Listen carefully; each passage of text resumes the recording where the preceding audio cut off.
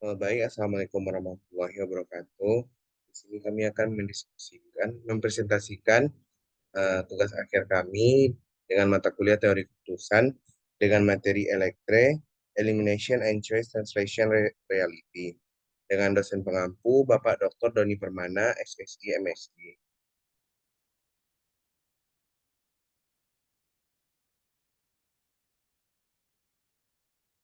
Di sini kami beranggotakan saya sendiri Muhammad Lutfi Fatan dengan NIM 2133781 dan rekan saya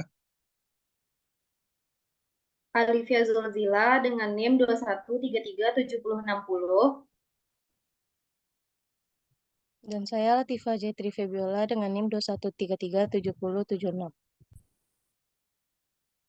Untuk penyampaian materi pertama akan saya sampaikan sendiri. Yang pertama, pendahuluan. Latar belakang. Sumber daya manusia sangat penting dalam menentukan keberhasilan perusahaan, termasuk prestasi kerja karyawan dinilai oleh atasan atau perusahaan. Prestasi kerja yang baik biasanya dihargai dengan reward. Namun, kualitas kerja karyawan tidak selalu konsisten. Ada yang baik dan ada yang buruk. Untuk memotivasi karyawan meningkatkan kinerja, PT Megaria Mas Sentosa melakukan pemilihan karyawan berprestasi secara tahunan. Saat ini, proses pemilihan belum optimal dan masih dilakukan secara manual, yang tidak efisien dan menyulitkan manajer dalam memilih karyawan terbaik. Untuk mengatasi masalah ini, PT Megaria Mas Sentosa menggunakan sistem pendukung keputusan dengan metode Elimination and Choice Translation Reality. Sistem ini membantu memilih keputusan terbaik dari berbagai alternatif berdasarkan kriteria yang telah ditentukan, cocok untuk keputusan dengan multi kriteria atau multi alternatif. Rumusan masalah. Berdasarkan latar belakang, maka penulis dapat merumuskan masalah yaitu satu, bagaimana sistem pendukung keputusan yang dibangun dapat membantu pihak PT Megaria Mas Sentosa dalam menentukan pegawai berprestasi. Yang kedua, bagaimana metode Elektre dapat menghasilkan perhitungan yang tepat dan akurat dalam pemilihan pegawai berprestasi. Untuk tujuan, yang pertama, memahami konsep dan penerapan metode Elektre pada sistem pendukung keputusan untuk menentukan pegawai berprestasi. Yang kedua, membantu pihak PT Magariama Sentosa dalam menentukan pegawai berprestasi. Yang ketiga, menguji penerapan metode Elektre dalam penentuan pegawai berprestasi yang tepat dan akurat. Yang keempat, mengetahui prosedur penilaian dalam pemilihan karyawan berprestasi pada PT Megariama Sentosa. Selanjutnya, manfaat. Yang pertama, mempermudah untuk mengambil keputusan dan menentukan pegawai yang berprestasi berdasarkan kriteria yang telah ditetapkan. Yang kedua, meningkatkan semangat kerja pegawai di PT Megaria Mas Sentosa dengan adanya penentuan pegawai berprestasi. Yang ketiga, meningkatkan pengetahuan dan pemahaman penulis mengenai metode Elektre. Untuk bab 2, kajian pustaka. Yang pertama, simple multi-attribute rating technique. Elektre atau Elimination and Choice Traduction La Reality merupakan salah satu metode pengambilan keputusan yang multi kriteria berdasarkan pada konsep outranking dengan menggunakan perbandingan berpasangan dari alternatif-alternatif berdasarkan setiap kriteria yang sesuai. Metode ini digunakan pada kondisi di mana alternatif yang kurang sesuai dengan kriteria akan dieliminasi dan alternatif yang sesuai dapat dihasilkan. Dengan kata lain, Elektre digunakan untuk kasus-kasus dengan banyak alternatif. Namun, hanya sedikit kriteria yang dilibatkan. Suatu alternatif dikatakan mendominasi alternatif yang lainnya jika satu atau lebih kriterianya melebihi atau dibandingkan dengan kriteria dari alternatif yang lain dan sama dengan kriteria lain yang tersisa. Untuk langkah-langkah dalam metode ini adalah yang pertama, normalisasi matriks keputusan. Normalisasi matriks keputusan dalam prosedur ini, setiap atribut diubah menjadi nilai yang comparable. Setiap normalisasi RIJ dapat dilakukan dengan melakukan persamaan berikut. RIJ sama dengan XIJ per akar sigma I sama dengan M, XIJ kuadrat dengan I sama dengan 123 sampai M, dan J adalah 123 sampai N. Untuk RIJ adalah normalisasi pengukuran pilihan dari alternatif dan kriteria. M adalah alternatif, dan N adalah kriteria. Sehingga didapat matriks R hasil normalisasi sebagai berikut. R adalah matriks yang telah dinormalisasikan atau M disebut matriks yang telah dinormalize decision matrix, di mana M menyatakan alternatif, N menyatakan kriteria, dan Rij adalah normalisasi pengukuran pilihan I dari alternatif ke dalam hubungannya dengan J kriteria ke J. Untuk langkah-langkah kedua, yaitu pembobotan pada matriks yang telah dinormalisasi. Setelah dinormalisasikan, setiap kolom dari R matriks dikalikan dengan bobot-bobot WJ yang ditentukan oleh pembuat keputusan. Sehingga weak normalized matriks adalah V sama dengan R dikali W yang ditulis sebagai berikut. Dengan matriks V dapat dilihat pada slide. Di mana W adalah dapat dilihat pada slide matriks W untuk V sama dengan weak normalized matrix atau matriks pembobot yang ternormalisasi. W adalah bobot yang ditentukan oleh pembuat keputusan. R adalah perbandingan berpasangan setiap alternatif di setiap kriteria. Untuk langkah yang ketiga, yaitu menentukan himpunan konsorden dan diskonsorden. Untuk setiap pasangan dari alternatif K dan L, kumpulan J kriteria dibagi menjadi dua himpunan bagian, yaitu konsorden dan diskonsorden. Sebuah kriteria dalam suatu alternatif termasuk konsordens jika CKL sama dengan J, VKJ lebih besar atau sama dengan VIJ. Untuk J sama dengan 1, 2, sampai N. Sebaliknya, komplementer dari himpunan bagian konsordens adalah himpunan diskonsorden, yaitu bila DKL sama dengan J, VKJ kecil dari VIJ. Untuk J sama dengan 1, 2, sampai N. CKL adalah himpunan konsorden, DKL adalah himpunan diskonsorden, VKJ adalah indeks dari matriks V, VIJ adalah indeks dari matriks V. Untuk langkah-langkah yang keempat, yaitu menghitung matriks konsorden dan diskonsorden. Untuk menghitung matriks konsorden, menentukan nilai-nilai dari elemen-elemen pada matriks konsordens adalah dengan menjumlahkan bobot-bobot yang termasuk pada himpunan konsordens. Secara matematisnya adalah sebagai berikut. Sehingga matriks konsorden yang dihasilkan adalah sebagai berikut. Yang kedua, menghitung matriks diskonsordens. Untuk menentukan nilai dari elemen-elemen pada matriks diskonsordens adalah dengan membagi maksimum selisih kriteria yang termasuk ke dalam himpunan bagian diskonsorden, sehingga maksimum selisih nilai seluruh kriteria yang ada secara matematis adalah sebagai berikut. Selanjutnya diperoleh matriks diskonsordens. Untuk penyampaian materi selanjutnya akan disampaikan oleh rekan saya Latifah Jayatri Febiola. Kepada Latifah, disilakan. Baiklah, terima kasih kepada Apat.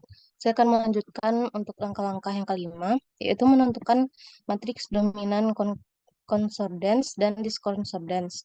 Yang pertama, matriks dominan konsordens dapat dibangun dengan bantuan nilai threshold, yaitu dengan membandingkan setiap nilai elemen matriks konsordens dengan nilai threshold, yaitu CKL besar sama dari nilai threshold C. Dengan nilai threshold C, adalah sigma K sama dengan 1 sampai M dikali sigma L sama dengan 1 sampai M. CKL dibagi dengan M dikali M kurang 1. Dan setiap elemen matriks F sebagai matriks dominan konsordens ditentukan sebagai berikut. FKL sama dengan 1 jika CKL besar dari nilai threshold C dan FKL sama dengan 0 jika CKL kecil dari nilai threshold C.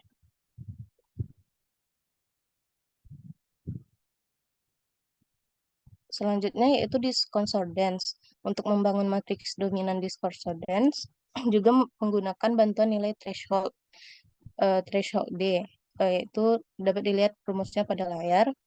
Dan nilai setiap elemen untuk matriks G sebagai matriks dominan diskonsordens ditentukan sebagai berikut. GKL sama dengan 1 jika DKL besar dari nilai threshold D, dan GKL sama dengan 0 jika DKL kecil dari nilai threshold D. Selanjutnya itu menentukan nilai agregat dominance matrix sebagai matriks E, yang setiap elemennya merupakan perkalian antara elemen matriks F dengan elemen matriks G. Yaitu rumusnya sebagai berikut. EKL sama dengan FKL dikali GKL. Lalu eliminasi alternatif yang less favorable. Matriks E memberikan urutan pilihan dari setiap alternatif, yaitu bila EKL sama dengan 1, maka alternatif AK merupakan pilihan yang lebih baik daripada AR. Sehingga baris dalam matriks E yang memiliki jumlah EKL sama dengan 1 paling sedikit dapat dieliminasi. Selanjutnya yaitu bab 3 pembahasan.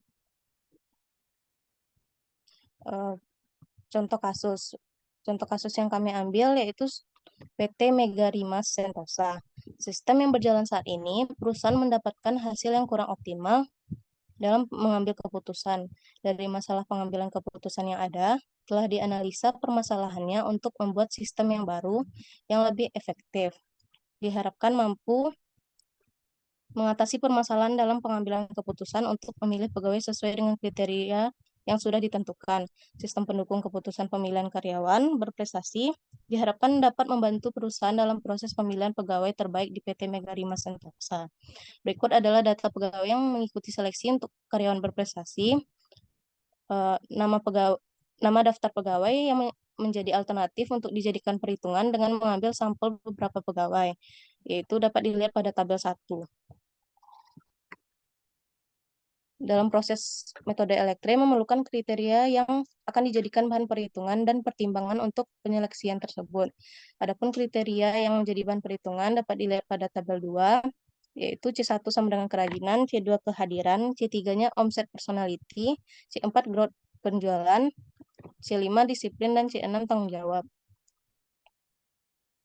Dari masing-masing kriteria tersebut akan ditentukan bobot-bobotnya, dan setiap kriteria pada bobot akan diberi nilai sebagai berikut, yang dapat dilihat pada tabel 3. Berdasarkan kriteria dan rating kecocokan setiap alternatif, pada kriteria yang telah ditentukan, kriteria yang digunakan dalam pemilihan pegawai terbaik adalah sebagai berikut. Yang pertama, kerajinan. Seorang pegawai harus memiliki kerajinan baik itu dalam segi apapun, dalam bentuk tenaga untuk dapat bersaing dengan pegawai lainnya. Untuk kriteria kerajinan dapat dilihat pada tabel 4. Yang kedua yaitu kehadiran. Seorang pegawai yang ingin terpilih harus memiliki tingkat kehadiran yang baik. Dalam hal ini, proses penyeleksian hanya dilakukan untuk mencari pegawai dengan kehadiran yang maksimal untuk menjadi karyawan yang berprestasi di perusahaan ini. Untuk kriteria kehadiran dapat dilihat pada tabel 5 sebagai berikut.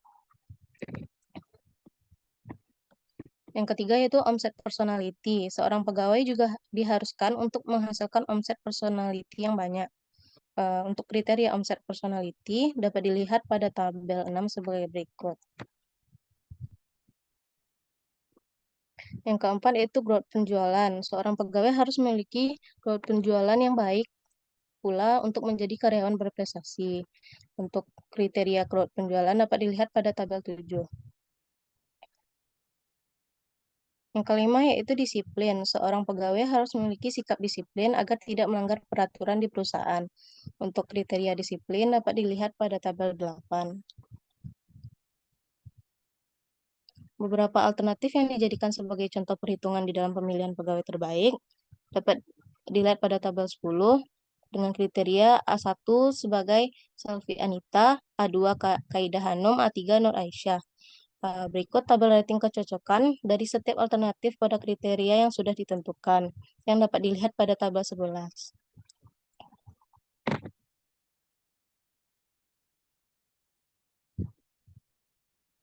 Selanjutnya yaitu pada tabel 12 penyederhanaan rating kecocokan. Tabel 12 ini dapat kita lihat bahwa untuk menunjukkan rating kecocokan dari setiap alternatif di setiap kriteria. Nilai terbesar adalah nilai terbaik, maka semua kriteria yang diberikan diasumsikan sebagai kriteria keuntungan. Pengambilan keputusan memberikan bobot preferensi sebagai berikut pada tabel 13.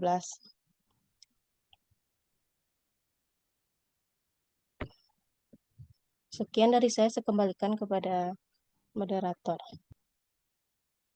Baik, untuk penyampaian materi berikutnya akan disampaikan oleh Alifia Zulzila. Kepada Olive, disilakan. Baik, terima kasih kepada moderator. Selanjutnya yaitu W memiliki nilai 0,16, 0,20, 0,16, 0,20, 0,12, 0,16 dengan matriks X sebagai berikut. Untuk menyelesaikan masalah di atas dengan metode elektre akan dilakukan sesuai dengan langkah-langkah yang telah dijelaskan pada slide sebelumnya dengan menentukan matriks R sebagai berikut. Next.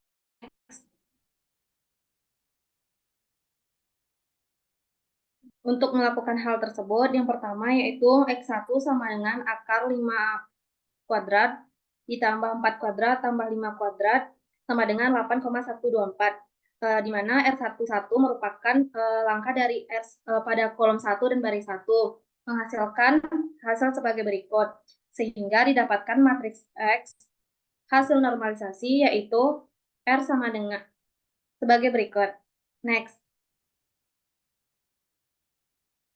Yang kedua yaitu pembobotan pada matriks yang telah dinormalisasi, yaitu V sama dengan mengalihkan matriks R dikali dengan matriks W. Dapatkan matriks V sebagai berikut. Untuk menentukan himpunan konsordan dan diskonsordans indeks, yang pertama itu adalah konsordans, yaitu dengan melihat jika nilai Fij besar atau sama dengan daripada Fij dikatakan iya. Dilakukan langkah tersebut sampai C sama dengan pada baris ketiga dan kolom kedua. Next. Pada langkah diskonsordans merupakan langkah yang sama pada langkah sebelumnya, namun yang berbeda yaitu ketika diskordans itu FKJ lebih kecil daripada FIJ, maka dikatakan iya.